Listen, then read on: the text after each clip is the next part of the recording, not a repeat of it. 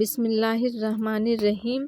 اس کے رسول صلی اللہ علیہ وسلم کے تقاضے، ہم اس عظیم ہستی صلی اللہ علیہ وسلم کے غلام ہونے کے دعوے دار ہیں، الحمدللہ۔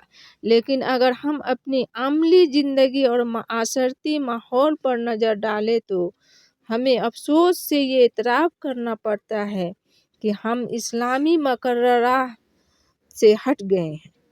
ہم میں ایسی لوگ بھی ہیں جو نماز، روزہ، حج، زکوٰۃ جیسے بنیادی ارکان کو پست ڈال کر ایسی زندگی گزار رہے ہیں جو سماجی بہبود اور عدل و انصاف کے اسلامی اصولوں کو بجائے مادہ پرستی کا اختیار ہے۔ اللہ اکبر۔